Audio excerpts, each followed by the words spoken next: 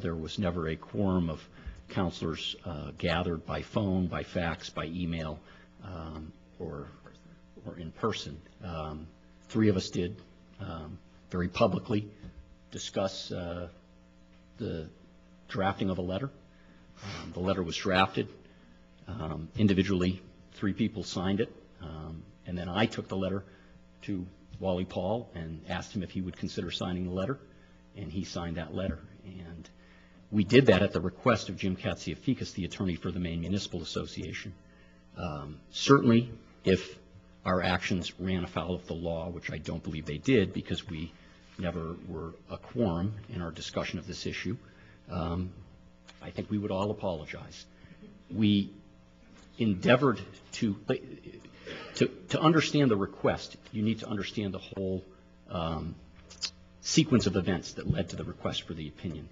And again, it's not surprising to me that my comments on TV, my comments with the petitioners themselves have been mischaracterized by Councilor Cyr as being illegal or overbearing. First thing Friday morning, and I would have said it Thursday night, but I have to admit the end of our Thursday council meeting, which both Councilor Cyr and I voted not to adjourn, was one that needed to be adjourned, and there was no time left to say anything. But first thing Friday morning, I came to the town office and raised a concern that under our charter, the petition effort that was underway was not valid. I, through review of our charter, felt that I could point to language that specifically said that it wasn't valid, that you couldn't overturn a non-action of the council. The town manager disagreed with that assessment on my part, and I requested that he call the MMA, which he did. He gave the MMA a description of the events, which I'm not privy to. It wasn't written down. It happened verbally. Based on that description of events, the MMA apparently, as Gene, our town manager, related to me, told him that it looked like it could be legal, that it might be easy just to let it go through as opposed to making waves over the issue, but that there certainly was some ambiguity, I think was the word Gene used, in our charter. When he said that, I said, it's not ambiguous to me. I'm reading Section C, which says 10 days after enactment. Gene and I agreed cordially that it wasn't appropriate for the two of us to argue about that issue. We had differences of opinion on it, and I asked for Mr. Katsiafikas' number, which Gene generously offered, and I called him up, and I described to him the sequence of events as I understood they'd taken place.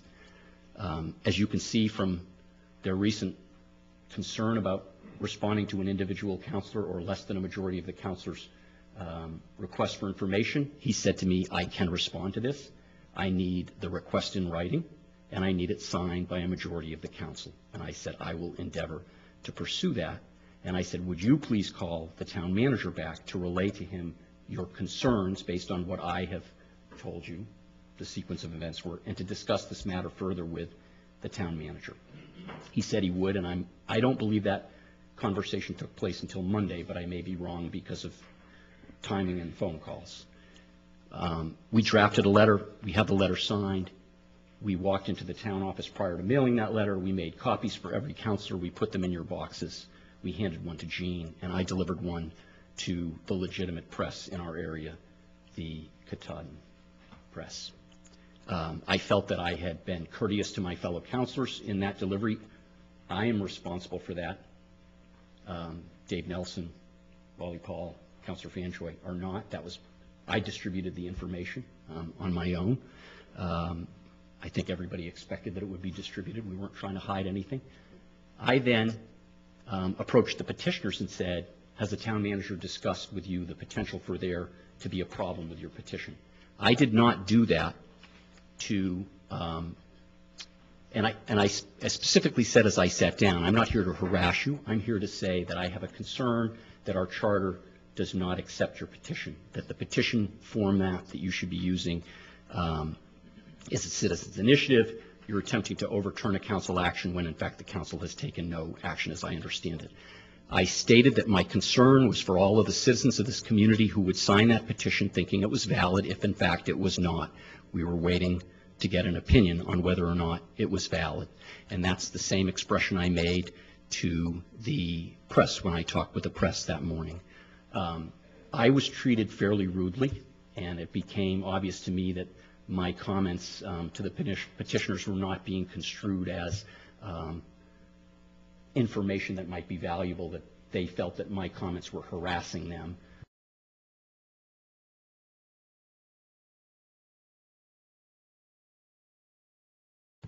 And as long as I was in the council, no petition would ever be approved, things like that. And so I said, okay, I've done my job. I owed it to the people of Millinocket to try to inform them that this petition that people will sign with a desire to see it acted upon may not be valid. From that point forward, a few days later, we received a reply from the MMA that, in fact, for two reasons, the petition was not valid. Having said all that, and offering that information to people, Mr. Chairman, there's a woman in the audience that keeps shaking her head no at me, and I think that in keeping with trying to keep the tone of these meetings consistent, animated head-shaking comments should be discouraged. So I would ask that you... Okay, now, Ms. Polstein's got the floor. If there's head-shaking going on out there, let's try to refrain from doing that, please. That goes for everybody. Thank you, Mr. Chairman. You're welcome. Having said all that, I think that as a council, our charter leaves us in one position and one position only right here, and that is that we don't have a valid petition. It was never valid to begin with, and there's nothing for us to really consider here. The idea that we consider this, to me, is part of the problem. We need to interpret our charter promptly and accurately, and this is the second time we've come to the end of a petition process, and we're still pretending that our charter isn't clear or that its guidance isn't realistic. I feel that one of the reasons that this has happened is we have avoided the use of our town attorney, who's very familiar with this. We've avoided the use of our town attorney because of the ruckus of conflict of interest and his affiliation with Magic, my affiliation with Magic, Councilor Fanjoy's past affiliation with Magic. It's a smokescreen, and it's a disservice to all of the people in this community that we are forced to wait. The comment from Jim Katsiafikis when I spoke to him was, well, have you spoken with Attorney Dean Beaupain? He's the man that's most familiar with us and could probably give you an answer like that. And I said, well, I went along with the hysteria. I went along with it and supported it. In Gene's office, we should deal with the MMA because somehow or another an opinion from Dean is tarnished by his affiliation with Magic. Well, it's a disservice to the people that we follow that line of thinking, and I think all of us need to stop doing it. We're here to represent the people of this community. As an attorney practicing law, our town attorney is duty-bound to interpret the law legitimately, not in a creative fashion that supports any one cause, and we should have confidence that he's able to do that. So coming back to the issue at hand, my suggestion, my question, I guess, is why is there a requirement that we have to do anything with this? It's not a valid petition, and we shouldn't have to vote it down. We shouldn't have to hold a public hearing. If the petitioners want to address this issue, it should be done through a citizens initiative, or they should ask the council to consider just putting it on the ballot one more time. Those are the avenues that are available to them to address this issue. Thank you.